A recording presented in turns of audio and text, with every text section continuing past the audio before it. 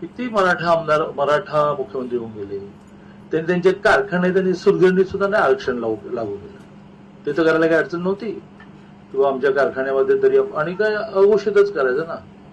पण कारखान्यांमध्ये सुद्धा ते कारखान्याच्या कॉन्ट्रॅक्टरमध्ये सुद्धा त्यांनी असा विचारच नाही केला की मराठा समाजातल्या सामान्य माणसाची स्थिती सुधारली पाहिजे.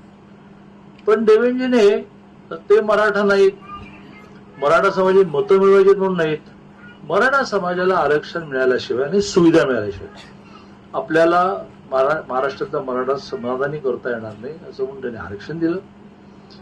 जो राजेशने उल्लेख केला तो अतिशय बरोबर आहे.